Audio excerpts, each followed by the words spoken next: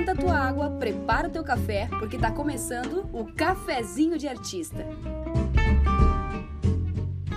Oi, eu sou a Laura Fontes. E eu sou a Marcela Gomes. E hoje, aqui no quadro Fala Mana, nós vamos ter a nossa queridíssima convidada, Pagu Leal. Maravilhosa, bem-vinda, Pagu. Oi, minhas lindas, eu tô super feliz de encontrá-la. Mesmo virtualmente, né? Poxa vida, né, Marcelucha? Mesmo que virtualmente, é assim que dá agora. Rolou até telefonemas nessa pandemia, né, minha Sim. linda? Mas seguimos. Então, vamos lá.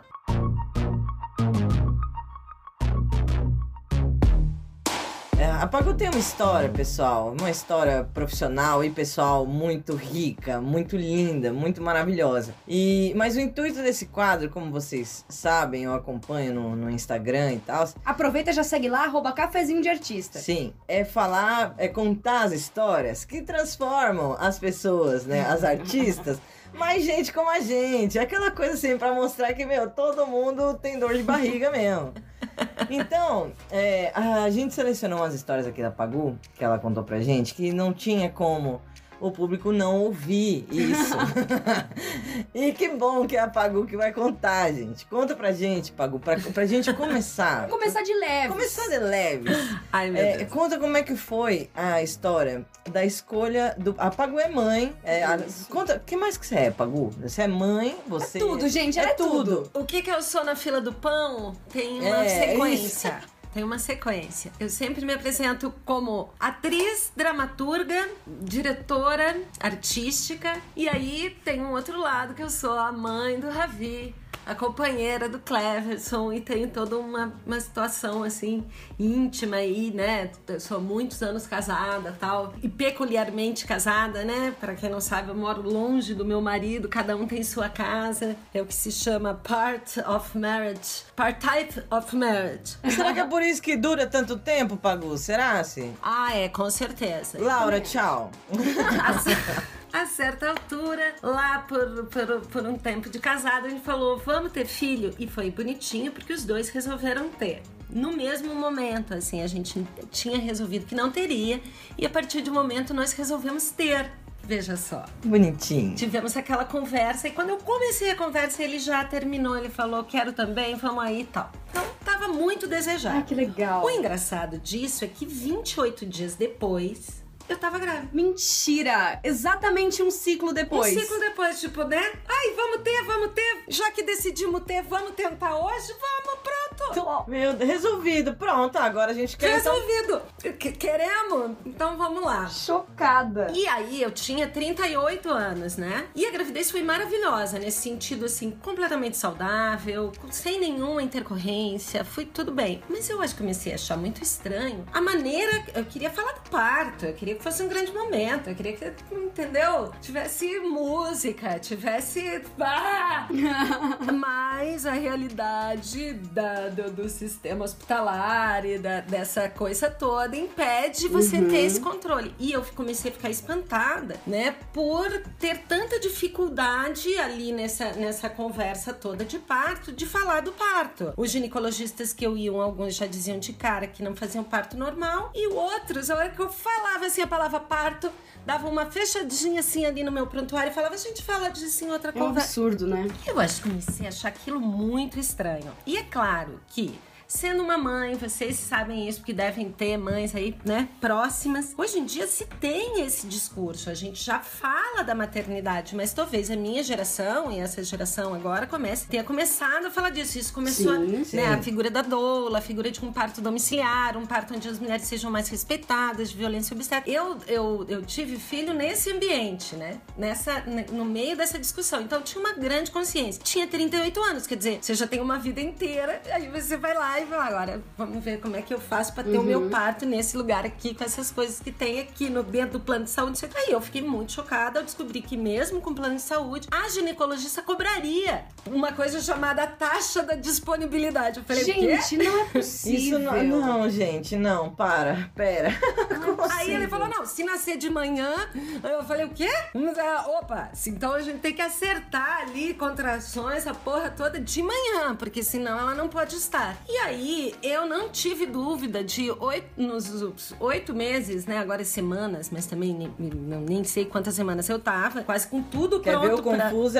Quanto tempo você tá? A pessoa fala, 118 semanas. Meu Deus. Vamos falar, meses. Vamos nos meses que é mais fácil de visualizar. Meses, gente. Eu acho que isso daí é tática das mães. Elas devem fazer uma aula quando tá grávida pra falar assim, vamos confundir, vamos zoar o povo. Deve ser um combinado, não sei. Aí tem o cômico que eu tinha uma doula, porque eu falei, não, vamos lá, vamos tentar fazer um parto normal, né? Não precisamos aí, né? Confio aí no trabalho de corpo dessa vida toda de atriz, quero que a criança resolva nascer e não eu resolver por ela, né? Fui pra esse caminho, não tanto de um parto domiciliar, talvez fosse um pouco de temor, Sim. assim, mas fiquei ali, tive uma doula. E tem uma preparação pro parto que você fica... O que é doula, gente? Doula? Então eu vou dizer, a doula é uma preparadora para um parto normal ou natural, né? Que da hora. Acho que um normal pode... você se permite analgesia e hormônios que estimulam... Posso falar disso também. Hormônios que estimulam as suas contrações, que eles injetam em você ocitocina, quer dizer, você... Aí sim começa a doer. Não vou aqui, né, fazer isso com seus ouvintes, né? Contar esse momento. Vocês fiquem tranquilos, é só uma anedota de parto. Não vai ter nada escatológico aqui, assim, né? De cara, pra me apresentar como pessoa. Mas a questão é que é assim, né? Uma pessoa que nunca pensou em ser mãe. Nunca. Aí resolve ser mãe 28 dias depois da grávida e tá nesse esquema de... Não tinha chá revelação ainda, mas eu seria a pessoa que não faria com certeza um chá revelação. Mas, claro que chá de fralda eu fiz, porque, pelo amor de Deus, a comunidade precisa ajudar nesse momento. Não, precisa, né? Tem que ter. Gente, em fraldas. nome de Jesus. A doula é uma figura quase sempre que vem ou da psicologia ou do trabalho de corpo que te ajuda a ter um preparo psicológico e físico mesmo para a hora do parto. Então eu fui na doula. Arrasou. Fui pra doula. E eu lembro bem tinha outras grávidas que era assim, vamos dizer o tamanho da dor que vocês vão sentir. E aí era uma coisinha do tipo, lá vem uma marolinha. Veio a marolinha, passou a marolinha. Veio mais uma marolinha, passou. Na sequência veio o tsunami, não é que venha uma onda que vai te dar um capote. Que vai te acostumando, não. Não, é da marola pro tsunami sem interrupção e o tsunami não para até que ele se acaba. Deus. Muito bem. Foi assim a gravidez, a mulher começou a me enrolar, falou dessa taxa da disponibilidade. Eu falei que tinha uma doulas, muitas acompanham a mulher no parto, mas tinha meu companheiro que vamos fazer isso aí e tal. Então tá bom, faço com ele. E o meu filho, capricorniano como eu, resolveu nascer no dia 23 de dezembro. Oh, meu Deus do céu. E aí isso gera um monte de piada, porque assim, né? É antes do Natal, antes daquele inferno familiar, de viagem, de tudo. Aí nasce uma criança pra atravessar todos os feriados, que era pra nascer no ano seguinte, no dia 6. Enfim, tudo isso. Muito bem. Aí a mulher não quis fazer esse parto, me falou isso. Eu grávida, fiquei bem braba. Gente. Bem braba. Tipo, eu sou braba, mas grávida. Aumenta um pouquinho aí o nível. Não, da marola vai pro tsunami. Da marola pro tsunami sem escalas. Saí com um martelo na mão pra quebrar um carro que tinha um alarme disparado na frente da minha casa. Fui contida. Deus! Não, eu era o tsunami. Mas isso eu faria hoje, sem ter hormônios à flor da pele. Muito bem. Fui pra saúde pública. Fui pra um programa curitibano chamado Mãe Curitibana e tive uma assistência de parto infinitamente melhor do que aquela que eu estava pagando. Olha só. As enfermeiras obstetrizes do serviço da saúde pública em Curitiba são umas fofas, umas queridas. E aí, aconteceu isso. Chegou o momento... Liguei pra doula e falei, olha, tô assim. Ela falou, olha, se você tá assim, fica em casa. Vai pro hospital. Quando você não conseguir falar comigo no telefone, você vai pro hospital. Era essa a indicação. Nesse tempo, eu fui no mercado, fiz um ensaio fotográfico em contrações. Meu Deus! Não acredito, Porque Fábio. eu falei, eu não vou ficar no hospital, porque aí você realmente, eles têm toda a pressão.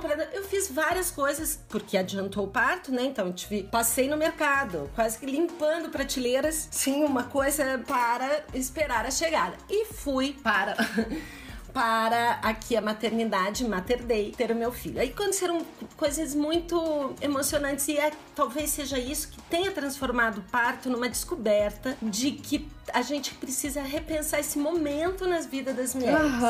Das que têm a super vocação para ser mãe, às vezes encontram um monte de assunto que elas não sabiam, como aquelas que têm medo e precisam ser acolhidas, entendeu? Porque também fica uma tirania, assim, por um lado, que você não pode ter uma cesárea, nem que você não possa ter, entendeu, filho, né? Essa coisa que tudo vira seita, inclusive os partos, mas a gente precisa preservar muito as mulheres. Pois é, e você, né, com 38 anos, você, Pagu, já é uma pessoa que é bem determinada e que respeita as próprias vontades. Você tem uma personalidade, assim, já mais, não é submissa, saca? E aos 38 anos também já devia ter um discernimento de, tipo assim, não, peraí, eu quero um parto normal, então eu quero um parto normal. Agora, imagina uma guria com 19, 20 anos, que é mais... sabe, que abaixa mais a cabeça, não tiver informação, enfrentar...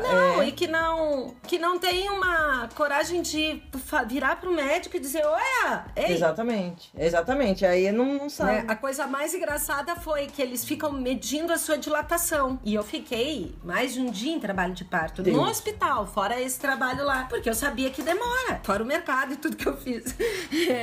Demora muito. Meu caneco. Demora muito. É uma coisa que as pessoas falam, eu não tive dilatação. Normalmente é porque o sistema hospitalar não dá tempo para as mães terem o relaxamento e a confiança naquilo necessárias para... Entenda, eu também não estou falando assim, olha, se você tem um medo, se você engravidou, tem um medo danado de ter um parto normal, sabe? Não vou ser eu que vou te julgar porque você optou por uma cesárea. Né? Não julgo ninguém, o parto. Só que a mulher devia ter mais controle disso. Ok. E não devia ter... Exato, devia saber, né? Ter a informação, ter o acesso à informação, ter a opção, né? E não ser jogada direto na cesárea. E essa humanização mesmo que a gente tá buscando, né? Das pessoas que trabalham com a saúde, que sejam mais sensíveis aos contextos, né? Porque aí eu, que fiquei tantas horas em trabalho de parto, passei pela maternidade inteira, eu conheci todas as pessoas que estavam tendo filho lá, eu doei todo o meu enxoval, meu Deus. Entendeu? Eu mobilizei a maternidade, quase fiz um motim ao fim do meu parto. Ela é revolucionando em todos os lugares, né? Essa é a Pagu Leal, gente. Aí, o que aconteceu? Era assim, eu já tava lá muitas horas na salinha ali, né, do pré-parto, tal, que acontece, muito cansada, tal, a anestesista tava pra sair, aí já tinham me perguntado se eu não queria ir pra cesárea, eu tava muito exausta. E eu falei, depois de 10 de dilatação, aí aconteceu isso, olha, quem diga que meu filho olhou a luz do fim do túnel e falou, não vou. Ah, não! Ele voltou, entendeu? A criança, ao invés de descer, subiu, aí, enfim, foi por uma cesárea. Não acredito. E aí veio a parte que é a parte que virou uma história. Isso tudo que eu te contei, talvez não seja, né? Nem a da marola pro tsunami, nem a falta de sensibilidade das ginecologistas. Foi que eu fui pra uma sala, então vou fazer uma cesárea. Ok, vamos fazer uma cesárea. E aí buscaram a anestesista, tipo, no estacionamento. Ela já estava indo embora pros feriados de Natal. E essa mulher chegou e foi extremamente grossa comigo. E eu virei-lhe Pode falar. Nossa, numa vaca braba. Nossa, eu virei pra ela, falou, você precisa ficar calma. Eu quase peguei ela pelo colarinho. Eu falei, a senhora acha que eu não quero ficar calma? A senhora acha que depois de 22 horas em contração eu tô querendo ficar nervosa? Eu tô querendo resolver isso daqui. Eu tô querendo tirar essa criança dentro de mim. Senhora, por favor, a senhora tenha decência comigo. Isso porque eu já tinha literalmente pego uma outra enfermeira pelo colarinho, que não era essas que eu acabei de elogiar, que estava sendo grossa com outra menina, que estava sendo grossa, que chegou meio grossa comigo pra medir a minha dilatação. Eu falei, olha, eu sou uma atriz cômica, a senhora pode lembrar pra sempre desse parto, é só me tratar bem. Então eu já tinha feito tudo isso, e aí chegou com essa anestesista gritando comigo, eu gritei mais alto com ela. Muito bem, então fui pro parto. Poxa, queria um parto com Debussy, e olha a minha situação, né?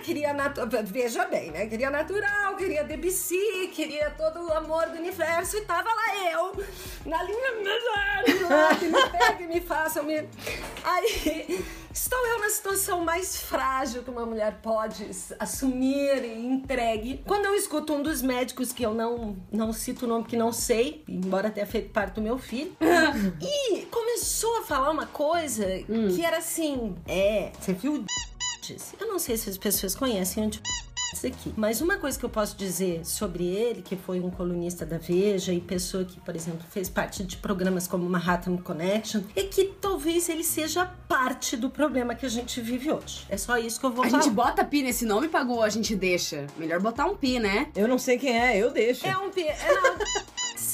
Eu diria macho escroto do cacete. Então temos que deixar. Vamos falar, né, gente? Pelo amor de Deus. Gente, se vocês quiserem me processar... É uma pessoa que tem uma crônica famosa dizendo, há muitos anos atrás, se o PT ganhar as eleições, quando o PT nunca tinha ganho umas eleições, em cada esquina haverá um grupo de teatro. Pô, que ganhe, então, né? Nossa, que problemão, né? Pra resolver. Problemão isso, ó. Poxa vida. Muito bem, eu lá naquela situação, tendo meu filho, o cara que começou, né, o médico, começou a falar do...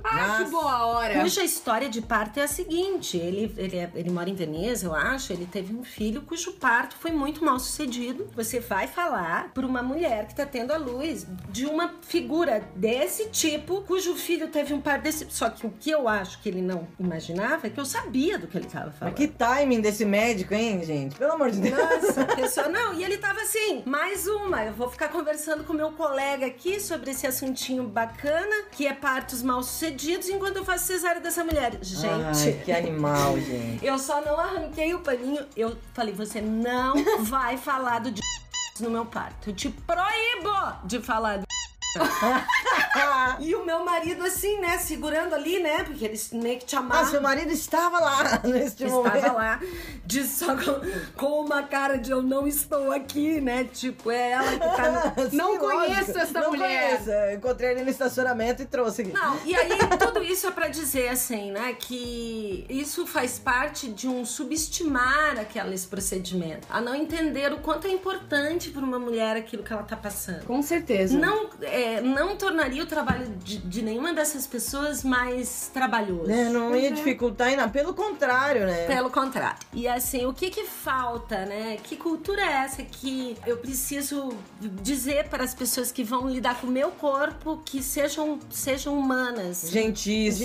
Me reconheçam, não fiquem falando de uma coisa, porque obviamente eu podia não saber quem era, né? Como é normal, não saber o nome de um colunista ou contista, cronista, enfim, não ter essa referência. Mas eu tinha e sabia que o que ele estava falando, de uma certa maneira, era um parto mal sucedido. E você vai fazer isso quando uma mulher está dando à luz? Você jura que é esse o assunto? Nem futebol o cara foi capaz de falar, tipo, sei lá, bicho, qualquer coisa. Mas Porque o mundo tem razões que a própria razão desconhece. O fruto desse parto é a figura mais zen, mais bondosa. O Rafi tem um coração, tipo...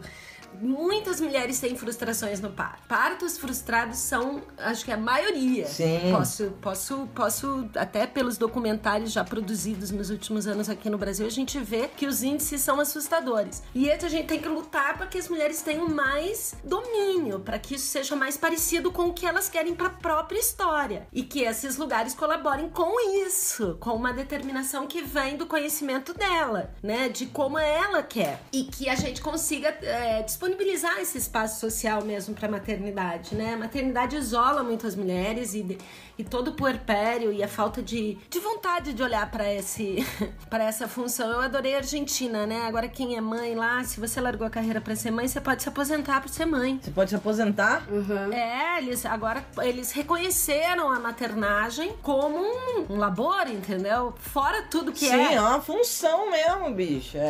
Vai pensar que é fácil. Minha querida, não é fácil. Pra você, eu vou dizer pra você, Pagou, que a minha mãe, ela teve 3 filhos, né? Muito nova, né? Minha irmã, ela teve com 17 anos. O meu irmão foi com 19. e ela teve com 21. Então ela teve 3 filhos, assim, num batidão, com 2 anos de diferença de cada um, sabe? E muito nova. E aí agora, ela tem o sonho ainda de ter mais um filho. Ela teve agora a Heleninha, que é minha irmãzinha nova. Ela tem... Ai, tomara que eu não erre a idade dela. Ela tem 3 anos. Acho que é 3 anos.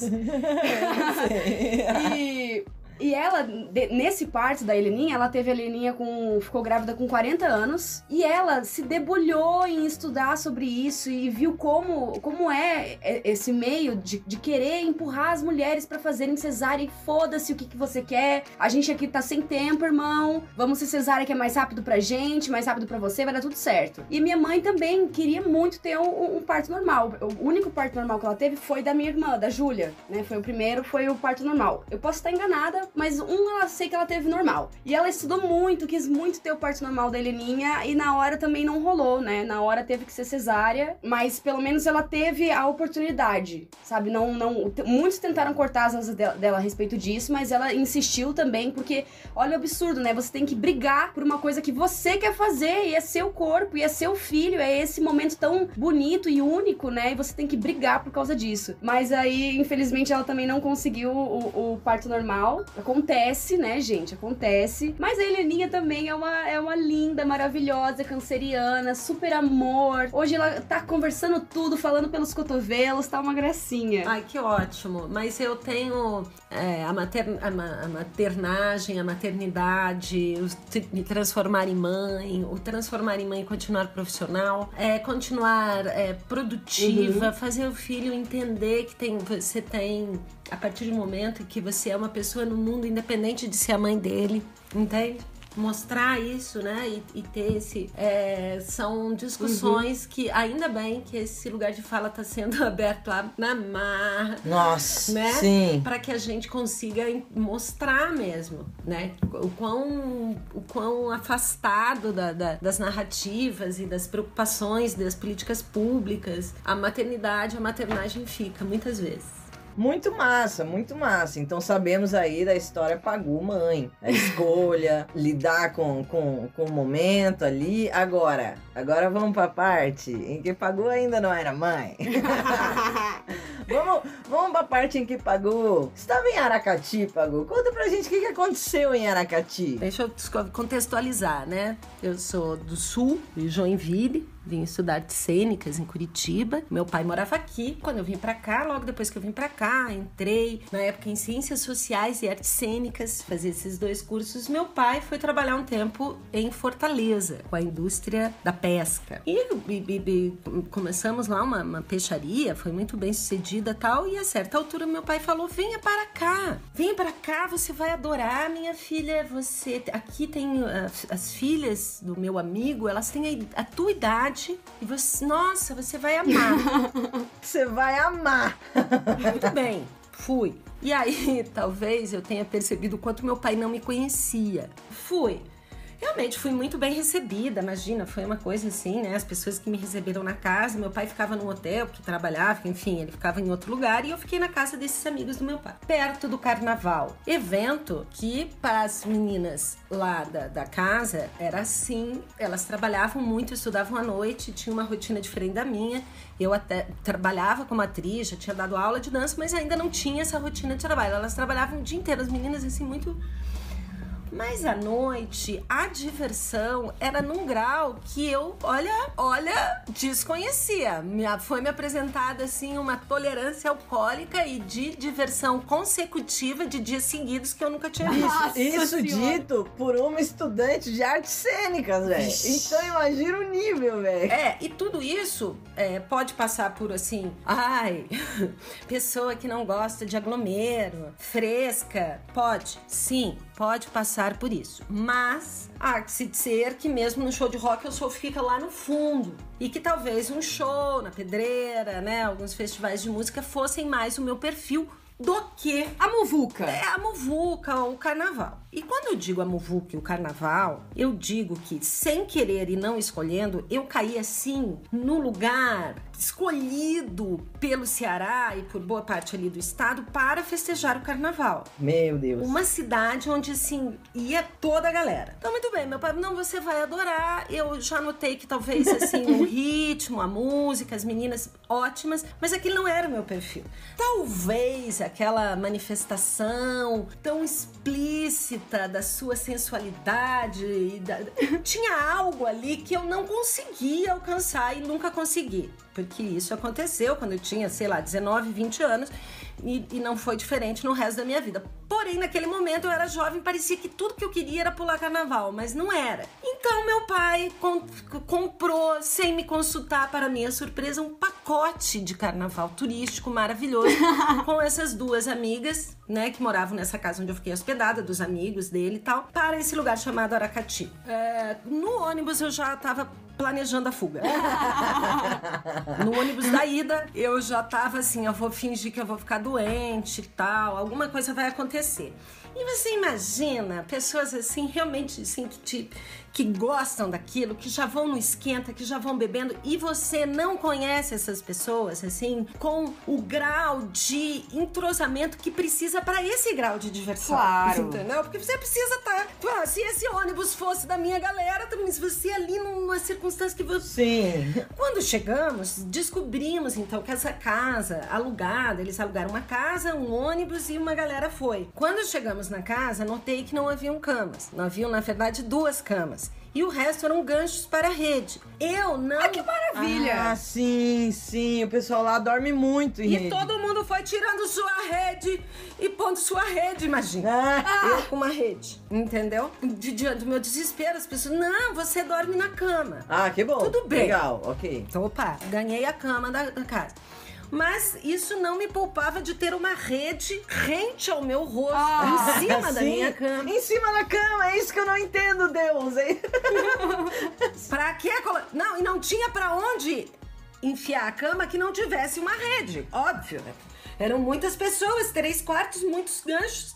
E eu na única cama que tinha. E eu lembrei que quando eu fui pro Ceará, depois eu fui pra Juazeiro do Norte e pra Barbalha e tal, não lembro em qual dessas cidades que eu dormi na casa de uma senhora e que também eram redes. E eu fiquei, Deus, como assim rede? Gente, vou ficar com torcicolo, como assim? E eu fiquei quase 1 mês lá. E assim, os ganchos eram em cima da cama, caralho. Porra! E aí eu tinha que colocar a rede pra dormir em cima de uma cama. E eu falava, não faz sentido. E ela falava, não, é pra dormir na rede mesmo, não sei o quê. Não tem pra que bagunçar a cama e tal. E aí, primeiro, segundo dia eu dormi na cama, né? Meio braba ainda, dormi na cama. Falei, não, gente, eu vou dormir na cama. E aí, aos poucos, eu fui me adaptando e no final eu dormi na rede e agora eu tenho uma rede em casa. E durmo na rede tranquilamente, mas ainda prefiro as noites de sono eu tenho na cama. Mas se deixar, eu tiro minha soneca. Pois é uma questão de hábito. E é legal, imagina, né? Viajar ao Brasil, né? Eu tive a oportunidade de conhecer alguns lugares e a gente sempre tem que lembrar mesmo disso, né? A gente é uma porção desse país enorme que tem muita identidade, que todos falam a mesma língua, mas a diversidade desse país é o que é uma maravilha, na verdade. Nossa, claro. Sim. Aí a coisa era um pouco assim, era um lugar muito amplo, onde alguns trio elétricos tocavam músicas simultâneas e tinham ali os seus associados perto dançando. Uma multidão e assim, aquela falta de preparo acústico do lugar que fazia tudo virar um inferno e aquela diversão enlouquecida e eu sentada na varanda dizendo, meu Todos Deus... se divertindo, menos você. Meu Deus, como é que eu fujo daqui? Meu Deus, como é que eu fujo daqui? Todo mundo, não, você não vai hoje. Eu falei, não, hoje não vou. Hoje não vou. Vamos vocês. Amanhã a gente se vê na praia. Vamos ficar assim. Programas de dia e tal. E aí, claro, eu fui dormir cedo, as pessoas foram pro carnaval e as pessoas voltaram, é claro, né? Animadas já pelo ônibus, pelo esquenta, pelos trios, numa festa sem limites. com redes na minha cabeça. Mas sem limite essa festa. Aí no outro dia eu falei, olha, gente, gostei tanto de conhecer vocês, nada pessoal, mas eu preciso ir embora. Nem que falei que ia embora. Gostei tanto que eu quero ir pra casa escrever no meu diário. Que eu não trouxe. Mas tá lá em casa, tá em Fortaleza. Me deixa eu voltar. Aí teve ainda, assim, pra piorar, e aí eu quase chorei mesmo. Porque, né? Tudo bem, fresca.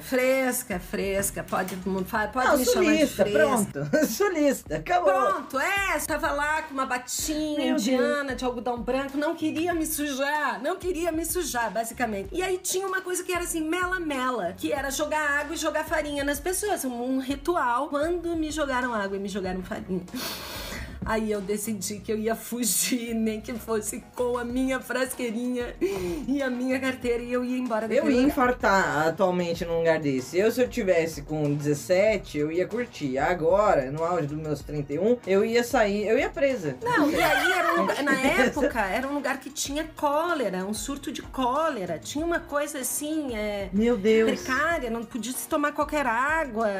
Enfim, tinha ali uma questão que a cidade era muito pequena, era um núcleo de carnaval, ela não tinha estrutura, acabava comida, acabava água, começava um caos, assim. Meu Deus, gente, o desespero da menina de prédio, gente. Eu falei, vou embora. Consegui com uma das meninas que recuperar a minha bolsa, e deu 5 horas da manhã do segundo dia, eu estava na estrada. Tinha passado na rodoviária, tinha descoberto que não tinham mais passagens para Fortaleza oficiais e que eu precisava fugir, porque eu não conseguiria mais. Eu tava com vontade de chorar. Assim, eu não conseguiria me divertir, e aquilo era só para se divertir. As pessoas nem dormiam, era uma coisa. Ah, mas é outro nível, é outra pegada. Lá é muito hardcore, lá é hardcore. Eu mesmo. também nunca fiz isso aqui, até fui em concurso de fantasia e tal, mas nunca foi o meu rolê. Aí tá, fui pra estrada. E aí, meu bem, foi uma coisa bizarra atrás de coisa bizarra, de eu pegar um ônibus, e esse ônibus tá escrito Fortaleza, e eu descobri depois que, apesar de estar escrito Fortaleza, ele não ia pra Fortaleza. Ah, não. De cair numa cidade que só tinha um orelhão quebrado e não tinha mais ônibus. E assim começou uma saga de desidratação e insolação. De absurdo. Aí você já chorou, né? Não, eu chorei várias vezes nesse dia. Consegui pegar uma carona com uma pessoa que vendia camarão seco numa variante azul calcinha no sertão. Consegui depois, tipo, saindo às 5, chegando às 10 da noite em Fortaleza, que teoricamente era 3 horas de Aracati, que eu demorei um dia inteiro pra conseguir chegar. Eu fiquei uma semana sem falar com meu pai, dizendo: a gente precisa ter uma conversa sobre o que você realmente sabe de mim, sabe sobre o meu gosto, quem eu sou. Meu Deus. Né? Porque... Não, mas gente, imagina só, a pessoa preferiu uma carona com um desconhecido numa variante azul calcinha a estar no fervo. Então vocês imaginam o grau desse fervo. Era vida louca mesmo, gente. Era uma coisa que é famosa até hoje, assim. Eu acho que é um lugar ainda que reúne, mas era bem sem estrutura. E não existiam banheiros químicos. Não tinha aquela sequência azul que garante uma dignidade, local, né? Uma dignidade. Garante uma dignidade.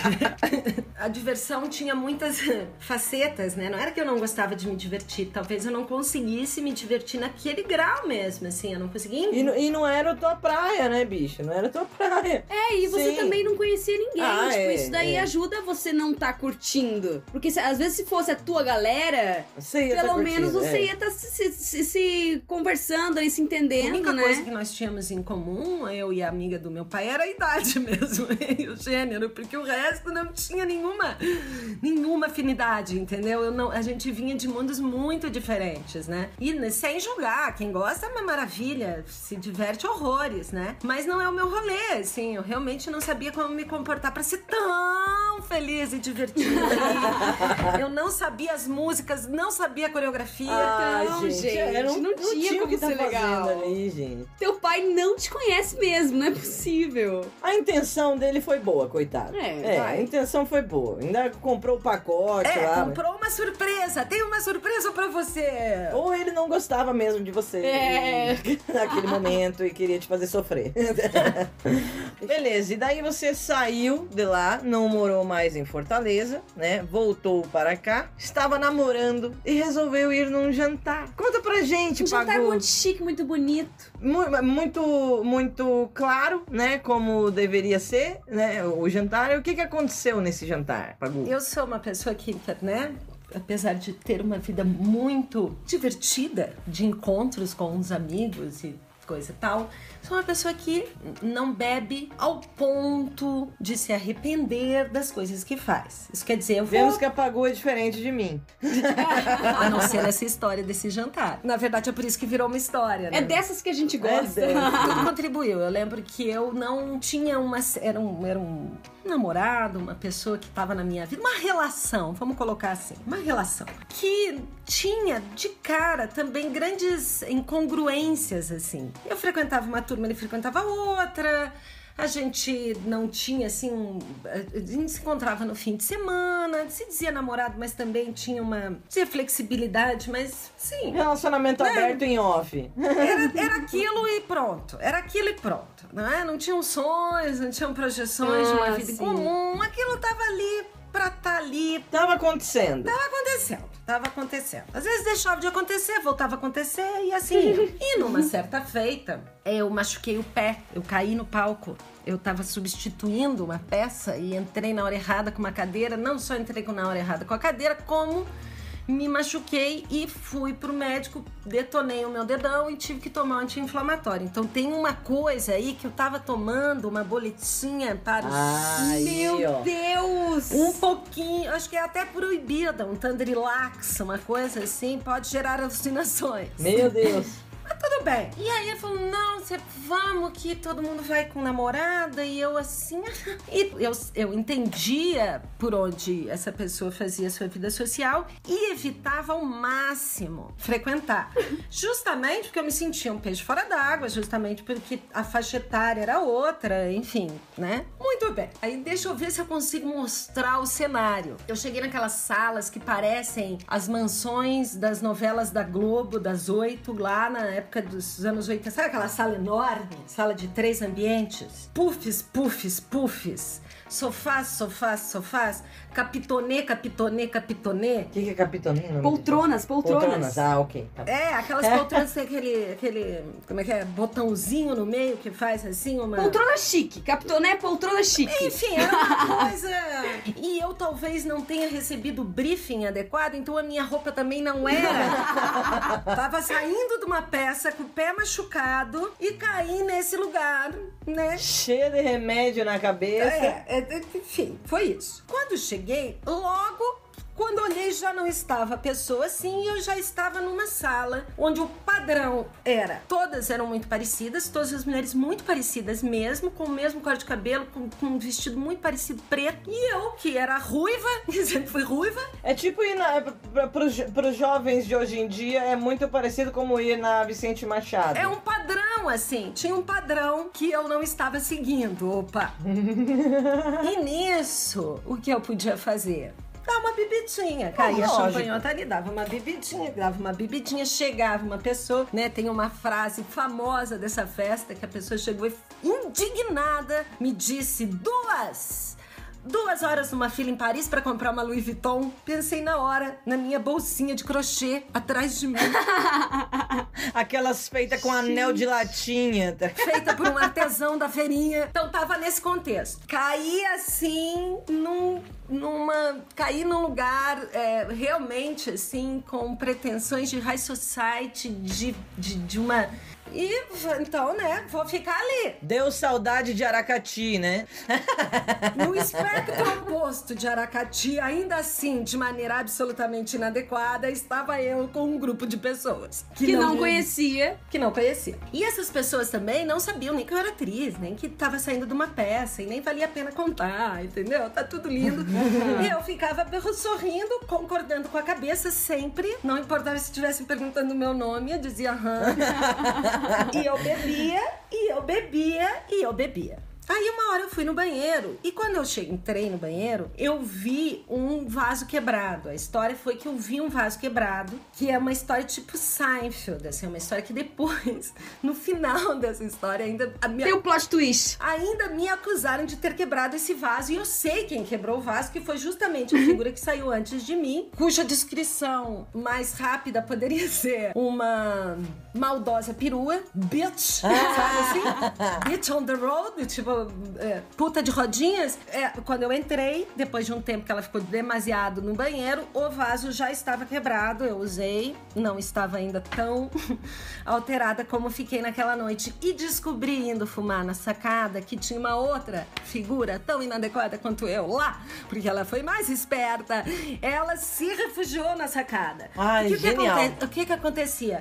Ficavam os homens de um lado e as mulheres de outro. Você não podia ir lá bater um papinho com os homens ou circular andando. Você tinha que meio que seguir ali um protocolo ali. Um protocolo, ainda até a janta. A janta começou a demorar.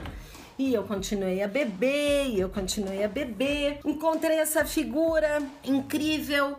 Bebemos e bebemos mais e eu fiquei num estado de que eu não... Olha, mais uma vez na vida eu fiquei daquele jeito. Eu fiquei descontrolada. Uma Scania sem freio, serra baixa. Aí eu tenho a coisa da sinceridade. E aí isso é que me acaba. Não que eu não seja sincera na vida, mas talvez eu seja educada de não dar a minha opinião. E eu resolvi que eu não ia... Não é que eu não resolvi nada. Eu entrei naquele banheiro do vaso quebrado, que depois ainda eu escutei dessa figura que eu tinha essa relação. Você quebrou o vaso caríssimo. Falei, eu? Não, todo mundo dizendo que você quebrou o vaso. Não sei. Gente, que absurdo. Aí, enfim, né? Nunca mais vi essas pessoas. Só no noticiário policial, olha só, vi uma dessas pessoas. Depois, mas entrei no banheiro, já... Então, um pouco alterada, naquela coisa de eu acho que eu preciso fazer alguma coisa, talvez enfiar minha cara na pia, talvez comer esse sabonete com pétalas que tá aqui, para dar uma aliviada, quem sabe, melhore o meu estado. E não sei se dormi, não sei o que aconteceu, só sei que me arrudilhei num tapetinho muito confortável, porque aquilo não era um toalete, aquilo era quase uma sala, e dormi, ou sei lá o que fiz. Não acredito! E acordei com muitas pessoas batendo na porta e eu comecei... Que foi o pior de tudo. Eu dizia assim, desculpa! E falava o nome da pessoa que tinha me levado lá. Eu não te amo! Não creio! Eu tô aqui, mas eu não te amo! Desculpa te enrolar, nunca te amei, tenho que te contar. Abri a porta e destilei sinceridade para todas as pessoas que antes tinham conversado comigo. Coisas impronunciáveis. Sensacional! Uma lição de moral, e ainda disse pro dono da casa que ia se eleger, você não vai se eleger. Pagu do céu! Ai, eu quero uns rolê contigo, mulher. Meu Deus! Não, isso nunca mais aconteceu, pelo amor de Deus. Eu podia ter sido... Eles podiam ter me matado, escondido o corpo, que, né, com aquele poder aquisitivo, talvez nunca ninguém nem descobrisse. Mas... isso dá medo, dá medo. Eles nunca mais esqueceram de mim. Acham que eu quebrei um vaso. Isso foi injustiça. Mas que eu... De tudo que aconteceu, acusada de quebrar o vaso, você não era. Não pode ser. Não, mas olha, sinceramente, se eu tivesse quebrado o vaso, eu também teria te acusado. Imagina, a doida dormindo no banheiro, gritando. A doida que dormiu, claro! A doida que dormiu no banheiro fez de tudo, inclusive quebrou um vaso, se trancou no banheiro de vergonha. Tipo, aconteceu uma outra narrativa que não era verdadeira. Genial! Mas tudo bem, porque eu realmente... E devia ser um vaso caríssimo, né, Pagu? Tudo ali era. Mas também quase que você fala, e daí, né? Meu cu. Eu sou uma pessoa que não... Se chega uma pessoa que não é da turma, eu sou simpática, minha gente, entendeu? Acolhedora. É lógico, né, gente? Mas assim, era realmente, eu tinha me arrumado errado, eu tinha tomado um anti-inflamatório poderoso e eu bebi muita champanhe de estômago vazio depois de uma peça. Não, culpa deles que atrasaram o jantar. Ponto. Acabou. Se tivesse alimentadinha, nada disso tinha acontecido. Nada disso teria. Mas só que isso nunca mais voltou a acontecer. Graças a Deus. Uma vez eu sobrevivi a tudo isso, mas eu entendo ali quando a coisa vai pra um caminho e venho. Beber desse jeito você não bebeu mais, né? Dá pra contar nos dedos. Mas analgésico, acho que você precisou de novo, não é mesmo? É, quebrar o vaso você não quebrou. Mas conta o que você já quebrou num espetáculo, assim, de teatro. Olha, eu fui ginasta. Na verdade, eu subia toda a árvore, todo muro, toda coisa que tinha pra trepar. Eu né, batente de porta. Era aquelas crianças que vai subindo no batente de porta. Hoje chamam de parkour, mas era uma tarde comum na vida da Pagu. E aí, com isso, eu me machuquei na minha vida, assim. Quebrei coisa, quebrei o pé. Caí de uma janela uma vez, dei uma estrela dentro de casa. Passei pro lado de fora da casa. Meu Deus, o que é isso? Sempre aconteceu essas travessuras, assim. Virava estrela, sabe a criança que vira estrela? Aquelas meninas que faz uma estrela atrás da outra, né? Era essa menina que faz uma estrela atrás da outra. E fazia ginástica olímpica, então eu tinha, assim, esse aval. E durante muito tempo, essa qualidade física, assim, né, valeu fazer muito espetáculo infantil. Sim, ajuda. Né, aquela pulaceira toda, aquela coisa, né, de teatro infantil. Estávamos ensaiando uma peça, não posso dizer o ano que me entrego muito. Ok. Eu acho que eu vou lembrar o nome na Era da Aventura, na Era da Fantasia, uma coisa assim, em que fazia Fada Flora e Princesa Mariana. Fada Flora, que claro que virou Fada Foda. Tem que virar. Fada Foda e Princesa Mariana era o meu alter ego, assim. Ela fazia duas, na verdade eram a mesma. As crianças ficavam confusas, mudavam o figurino, mas estava tudo bem. Mantinha ali a fantasia. Tem uma história muito engraçada sobre isso, porque a gente, antes da história do analgésico em si, que a gente foi viajar para um município muito longe para fazer esse espetáculo infantil. Eu dormindo com a bruxa no quarto do hotel, né? Glaudiane Bruxa, eu Fada Foda. E a pessoa que nos recebeu, a secretária de cultura, era uma pessoa assim muito simpática, receptiva, já conhecia a gente, já amando, já apresentou as crianças, a gente já brincou com as crianças, né? Muito bem. Fizemos a peça, voltamos pro hotel. Eu no banho escuto assim, baterem na porta, eu pelada no banho, dizendo: quem é? Quem é? A bruxa! É a Glaudiane, que pelada, fui até o quarto do hotel, abri e era a secretária com as crianças. Ah, não, velho. Não. Do céu, Não bastando ser Deus. a Fada Floga e a Princesa Mariana, faltou lá um menino que fazia o número de abertura, que era uma coisa com malabarismos e cambalhotas, e tem uma tal de uma cambalhota que você faz de dois, né? Você segura no pé de um, não sei o quê. Não foi na habilidade do outro ator. Eu, no me jogar para o chão para ele vir por cima, fui com a cara no chão e o nariz ficou pro lado. Ai, não! Foi o que disse a bruxa quando olhou pra minha cara. Ai, não! Tá bem? Mas você tava em cena, apresentando pras crianças? Não tava com as crianças. A gente tava ensaiando antes de um espetáculo que aconteceria no outro dia. Mas à noite eu tinha espetáculo. Ah, não, cara. Aí quebrei o nariz. De tarde, tinha peça à noite. Fiz a peça. Fui pro hospital. Falaram, olha, quebrou, você vai ter que... né, não tem muito o que fazer. Põe o nariz no lugar, opera dali um tempo. Meu Deus, ia ter que operar também, gente. Aí operei. Mas a operação mais foi pra colocar o nariz no lugar. Podia ter diminuído a pontinha do nariz? Podia, não fiz. Aproveitar, né? Aproveitar, não fiz. Fiquei tentada, mas não fiz. Aí, tudo bem. Anos se passaram, fiz peça com o nariz quebrado, fiz peça com o nariz em recuperação, muita maquiagem, parecia um gato. E apresentou à noite. Apresentei à noite no mesmo dia. Mas não, aí passou-se muito tempo. Eu no Rio de Janeiro, estreia, coisa nervosa, estreia da companhia aqui de Curitiba, lá na Fundição Progresso, todo mundo. Eu, mais uma vez, ensaiando uma substituição. Aí que se disse... Tem que parar com isso, Parou. Parei de me... na substituição eu sempre me fodo. Aí, o que aconteceu? A gente ensaiava, assim, ensaiar para as pessoas que vão substituir. Aí, essa cena, passa, essa cena. Que cena é essa? É a cena da guerra. E aí todo mundo fazia assim, ó. Gritava, balançava a mão e passava a cena adiante. Você fala, ok, eu lembro dessa cena, mas ninguém tá me falando nada, não é pra eu participar. Então vai lá, estreia, não sei o quê. Na hora que chegou a tal da cena da guerra, as pessoas colocaram assim, uma armadura, pegaram uma espada, que eu não sabia nem onde tava, que adereço eram aqueles, e começaram realmente uma guerra, tinha realmente uma coreografia. Você falou, como é que...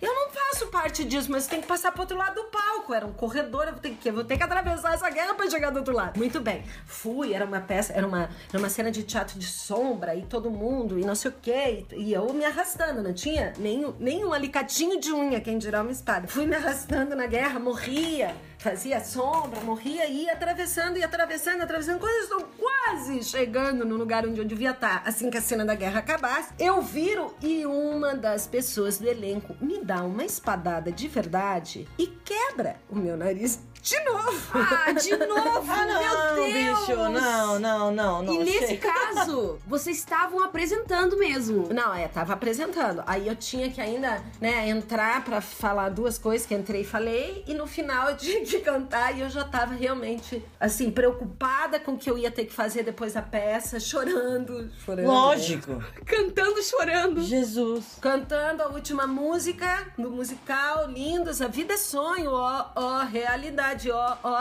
ri. Morrendo. O que aconteceu? E aí, imagina, né? Estreia da trupe, Rio de Janeiro, coquetel, todo mundo morrendo de fome. Quem te leva pro hospital? Né? Para tudo, me leva. Hospital, sexta-feira, Rio de Janeiro, vai ser sem plano de saúde. Meu Deus do céu! O que eu fiz? Porque eu já tinha quebrado meu nariz. Que aí foi um ato de coragem, que foi assim, né? Já que você tem que escolher entre uma coisa e outra, você vai ficar numa fila... Coquetel ou hospital? Vamos lá, um coquetel ali de analgesia bom, valendo, e olhar pro espelho e croque para o seu nariz no lugar. Ai, não! Bicho. Ai, gente, tô ficando com calor. Ai, meu Deus. A Laura vai desmaiar. Ah, não, Pagu, meu Deus. Nossa, tô passando Jesus mal. amado. Era isso que eles iam fazer, Laura. Preferi eu do que o, né? Vamos lá. Já que é isso que eles vão pôr o nariz no lugar, o nariz vai ter que ficar parado, eu vou ter que tomar. Eu vou fazer isso no banheiro da Fundição Progresso, porque eu não... E daí que eles estudaram pra isso e eu não? Já fiz isso uma vez. Meu Deus. Nariz tá aqui. Nariz tá bom, o nariz tá retinho, tá ótimo. Tem um desvio de septo fudido que talvez seja dessa manobra. Dá umas roncadinhas à noite, mas quem não? Mas tô bem. Na verdade, essa... Não vou falar insalubridade, mas o risco mesmo, né? Eu tinha, durante um tempo da minha vida, preparo físico.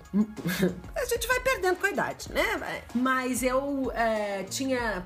As performances eram sempre muito elaboradas em relação à possibilidade física, né? Eu fazia peça com sátiro, subia nas coisas e era... E aí é claro que o risco é muito maior. A gente tem muita sorte, né? Nossa Aparecida do Teatro Contemporâneo nos salva de várias situações de, né? Você tá ali, né? Com um cenário, com luz, com tomada, com... Realmente, né? Um lugar onde tem uma coordenação de gente. Tinha fogo nessa peça. Meu Deus! Realmente. Não pode mais. A gente já repensa aí, né? Se precisa todo esse fogo aí. É um trabalho perigoso. Não é só emocionante, como perigoso. Meu Deus do céu, ela colocou o nariz num lugar na hora, velho. Nossa, sozinha. Caraca, Pagu, meu Deus. Preferi isso. É uma escolha boa pra continuar no coquetel, não é mesmo? Não, aí a gente... Aí depois, claro, depois com o tempo, no outro dia, fiz uma sepsia, né? Tirei todo o sangue. Aí no outro dia eu fui no médico. Mas eu preferi não ir naquele momento, não fazer todo o movimento pra ficar esperando uma madrugada toda e essa... Sim. Não, é lógico. Era uma sexta-feira à noite, gente. Só vai encontrar louco no hospital. Não é? Todo mundo já frequentou, né? Um hospital numa sexta, não é bolinho, né? Vamos deixar no... Não é. Não é muito bacana, não é convidativo.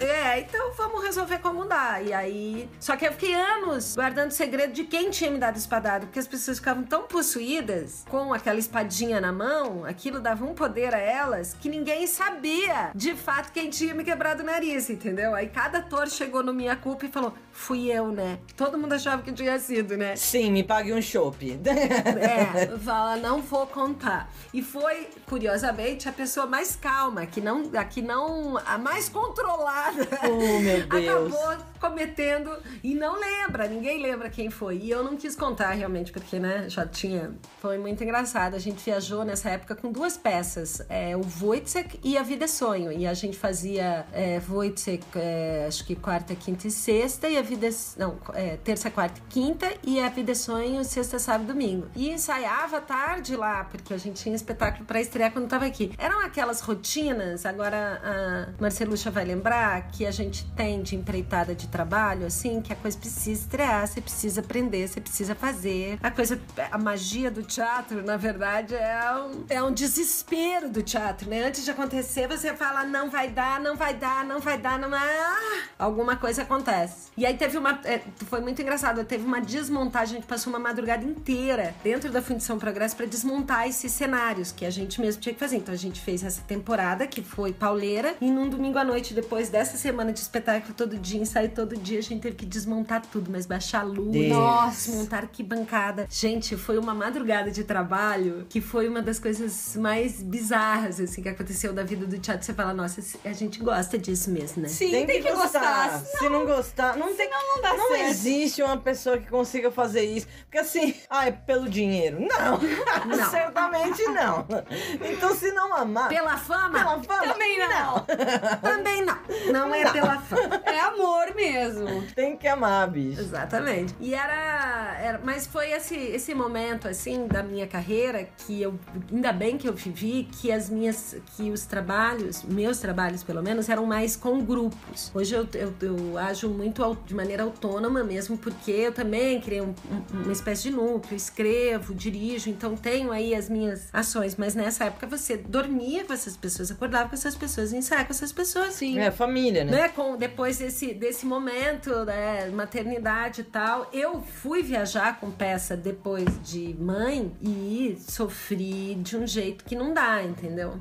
Agora é esperar ficar um pouquinho mais velho mesmo pra viajar, porque você sente muita falta. E aí é isso, né? Eu, grudada do jeito que sou, assim, sou bem grudada com o filho mesmo, me sinto assim, começo a não ser feliz mais viajando com teatro, entende? Por ficar longe de casa e tal. E que também vai ser fase, porque a criança vai embora, né? A criança vai crescer. Não, mas vamos torcer. Pra quem não sabe, eu e a Pagu, a gente tá no elenco de uma peça linda, chamada Todo Mundo, que é com a direção do Rodrigo Portela, pelo Teatro de Comédia do Paraná, do Teatro Guaíra. E essa peça, gente, a gente ensaiou, a gente sofreu. 3 meses A gente gritou, a gente chorou, linda, montada, pronta pra estrear, e veio a pandemia, bicho. No mês de estreia da peça, na semana, né, de estreia da peça. Pô, eu não me lembro, acho que foi na semana. 2 semanas antes, né? 2 semanas antes. E aí estamos com a estreia suspensa. Estreia suspensa, bicho. E aí, com uma grande possibilidade de viajar com essa peça e tudo mais. E paramos no tempo. Vida longa todo mundo, que todo mundo volte. Nossa, tô ansiosíssima aqui. Torcer pra que a gente retorne. Torcer pra que essa peça veja o mundo e o mundo veja essa peça, porque é muito louca, muito foda. É muito Nesse linda. momento, então, vai ser incrível e... Ai, meu Deus do céu. E vamos torcer para o Ravi crescer logo pra gente viajar, meu bem. Eu quero só dizer uma coisa pra vocês, meninas. Foi muito legal escolher histórias pra vocês. Que gostoso. Que massa. Isso. Porque de verdade a gente acessa esse tipo de narrativa quando a gente tá encontrando muitos amigos e tal, né? A quarentena também foca muito nesse período tal. Aí eu tive que parar, tive que lembrar. E até mandei os pedaços. Não tem história nenhuma. Não, tem uma. Marcelucha querendo tirar os meus podres, eu dizendo, não, mas eu nem tô vexame. Não tô vexame. E aí você começa, né? Não só exercício de memória, como esse exercício de lembrar essa história e lembrar como você contava essa história, né? O conto do conto, ele vai aumentando e vai colocando isso numa tridimensão aí. E lembrar, né? A vida pode ter muitas vidas, né? Sim, tem muitas vidas, né? Sem dúvida. Ainda mais pra uma atriz, não é mesmo? Gente do céu, uma acrobata! Ai, Paguzinha, que delícia, que bom que você aceitou, que bom que você comprou a ideia e buscou essas histórias. Talvez em outras oportunidades você não contasse, né, a gente quer fazer justamente isso nesse quadro. A gente quer trazer as histórias que você contaria num bar pros seus amigos íntimos. Só que você tá contando pra milhares de pessoas que você não conhece. e fazer justamente isso. A gente tirar esse tempinho pra dar uma risada, pra lembrar. E, cara, que massa. Paguzinha, muito obrigada por ter contado um pedacinho da sua história pra gente. A gente se divertiu muito ouvindo as suas presepadas, os seus momentos de bebedeira, de acusada de quebrar vaso. Eu não quebrei o vaso. Eu fui acusada disso. Não quebrou, só foi acusada, gente. Mas valeu mesmo, Pagu. Espero que a gente possa se encontrar presencialmente em breve. E vida longa a sua carreira como mãe. e as escolhas, né? E que a gente possa escolher, igual você lutou pra escolher o seu parto. E lutou também pra dizer que não amava mais o cara. E lutou pra dizer pro seu pai: escuta, o senhor não me conhece. É isso aí. Ó, foi um grande beijo, prazer, Pagu. Meninas. Super beijo. Gente, se quiser seguir a Pagu, diga aí, Pagu Leal. Tá, pronto, no Instagram. Acompanha o trabalho dessa mulher incrível, acompanha lá no Instagram, ela tá sempre postando os novos projetos, coisas que estão por vir, e quem sabe todo mundo logo ela posta por lá que estão apresentando, né, gente? Logo todo mundo volta. Vamos colocar isso pro universo. Olha Logo aí. todo mundo volta. Então é isso, pessoal. Até semana que vem. Um beijo. Tchau! Tchau. Beijo, meninas. Este podcast é um oferecimento de Arte em Pauta.